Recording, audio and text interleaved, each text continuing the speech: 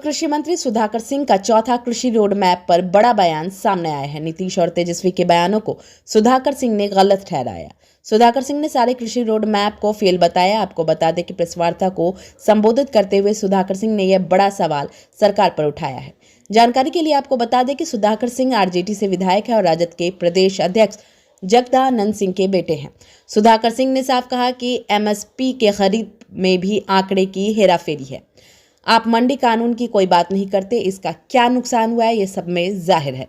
उन्होंने कहा कि बिहार में किसानों का पलायन हो रहा है। 3 कृषि रोड मैप तो पूरी तरह से फेल है। उन्होंने यहां तक कहा कि महामहिम राज्यपाल से पहले मैं यह सब बातें कह चुका हूं। मेरी बातों को राज्यपाल ने कल सत्यापित किया है। दरअसल कल राज्यपाल ने मंच से कहा था कि कृषि रोड मैप सिर्फ कागजों में ही ना रह जाए। सुधाकर सिंह बोले, महामहिम राज्यपाल से ज्यादा बढ़कर कहा है मैंने। तेजस्वी यादव और नीतीश कुमार के बयानों को सुधाकर ने गलत बताया। सुधाकर सिंह ने कहा कि वास्तविक सत्यता क्या है यह किसानों के बीच जाकर आप उनका बयान ले, तब पता चलेगा कि क्या हो रहा है बिहार में। मैंने चौथा कृषि रोड मैप हमारे पास नहीं मिला है, अभी मैंने मांगा है, पहुंचा नहीं है। जो भी आएगा मैं देखूंगा। 2000 जो द्वितीय कृषि रोड मैप है 2012 का, 2012 से 17 और 17 से 22 तृतीय कृषि रोड मैप में विस्तार से मंडी की बात हुई थी। मुख्यमंत्री ने कहा विस्तार से मंडी की बात होने के बाद भी कहा सरकार आगे बढ़ी। जो सरकार ने खुद ही अपने रोड मैप में पूरा 1.5 पेज में मंडियां कैसे बनेंगी ग्रामीण हाट से लेकर बड़ी मंडियों तक, उसकी चर्चा है 1.5 पेज में, और उस पर एक भी काम नहीं हुआ। आप उसको पढ़ के देख लीजिए रोड मैप में। तो आप देख रहे हैं, क्या लगता है चौथे कृषि रोड मैप से बदलेगी कृषि? 3 से तो नहीं बदली, प्रथम द्वितीय तृतीय से कोई बदलाव नहीं हुआ बिहार में।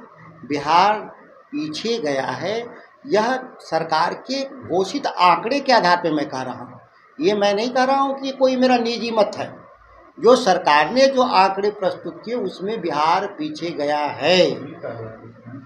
तो जिस बात की चर्चा हो रही है 2005 को जो बेसलाइन मान करके नीतीश कुमार जी जो चर्चा कर रहे हैं 2005 के बेसलाइन मान करके, वो 2005 से पहले विकास को नहीं मानते, वो अपने कार्यकाल से शुरू करते हैं।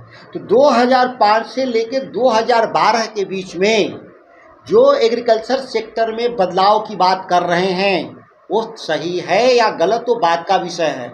अगर मैं सही ही मान लूं तो 2012 तक कोई बजट प्रोविजन नहीं था।